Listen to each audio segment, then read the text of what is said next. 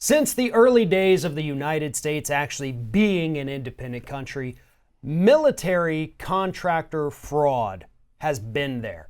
It's something that existed way back when. It's something that still exists today, and it actually happens to be one of the biggest areas of contract fraud, I guess you'd call it, in this country. And what I mean by that is that we have people who get military contracts, companies, whatever, and then they provide shoddy products, don't perform the services that they're supposed to be performing. And we've got one of those issues today.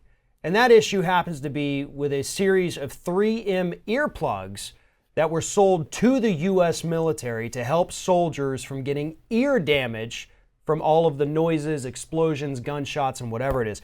Joining me now to explain what's happening is attorney Becca Timmons. So Becca, we've got 3M.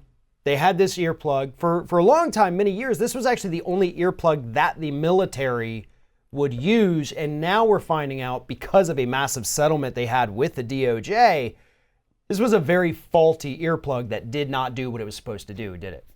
Yeah, that's right. And the design of the earplug at issue is inherently faulty because 3M, or in their predecessor company, Aero Technologies, tried to develop a selective attenuating device, which essentially ended up being a two-ended earplug.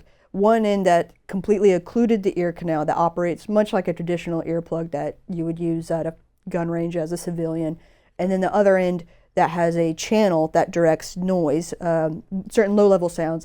For example, orders given by your commanding officer or approaching footsteps of a enemy combatant.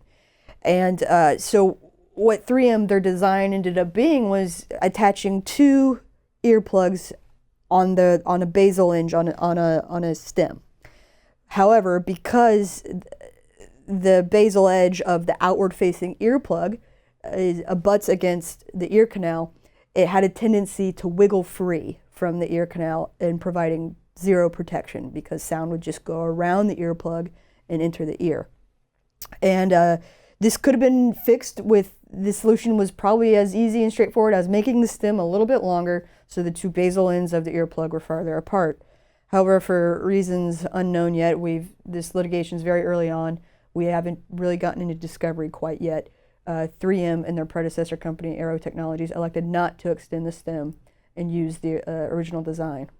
What we've seen a lot, and maybe, as you point out, maybe we'll see that with this case, but we've seen it, one of the ones I like to point out is the GM ignition switch. I think that was a piece that saved them $2.13 per vehicle. So it's probably a situation like that. If we extend the stem, it's going to be a few more cents per, but if we've got to make 5 million of these, obviously this costs us an extra, $250,000. So we shorten it by a millimeter, by 2 millimeters. We make more money. Yeah, the product's a little bit more faulty. And again, we don't know if this is the situation with 3M, but it's typical with corporate behavior. I mean, you've seen it, I've seen it, we've been through documents. They cut costs when they can. Typically, not always, but this seems like one of those situations. Yeah, that's very, very possible. I mean, yeah, I think the same thing. I think the Pinto gas tank, they could have put, a cheapy little liner in there and could have saved people from, burning alive in their cars. But yeah, that was a financial decision. It's not clear if that's the case here, if it's, a slightly longer stem cuts into their bottom line a little bit more. But what we do know is that when they are designing this earplug, an Army audiologist, and it's unclear whether he was even been authorized to talk on behalf of the Army or the military, but he requested that the earplug be shorter so it can fit into a carrying case. And this carrying case had been used by military service members probably starting in the early 90s. So to be able to reuse the same case, they compromise the effectiveness of the product. But again, it's still early on. It could very well be that 3M or whomever decided that this is the cheaper, most economical way to do it. And so we know there's a little over $9 million settlement that 3M had with the DOJ because basically the earplugs are bad. But that's not the end of it, because obviously, okay, the DOJ wants some of their money back. I guess that's what they got. But now you have these soldiers who are relying on these earplugs to, help them from getting this massive ear damage from, explosions or whatever it is. Those are the people who are suffering right now, and those are the people, I guess, that I guess these lawsuits that are developing, that's for these people, correct? Right. This is for service members who use these earplugs between 2003 and 2015. Most of them exit the military with tinnitus and or hearing loss, secondary to percussive loud sounds associated with military service.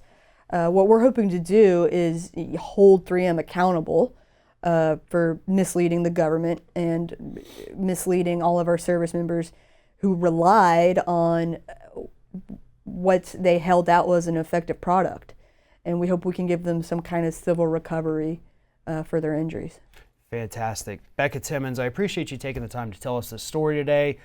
Interesting to see what's going to happen as this case continues to unfold and what we find out during discovery. We'll definitely check back in with you once we know a little bit more. Thank you very much. Thank you very much.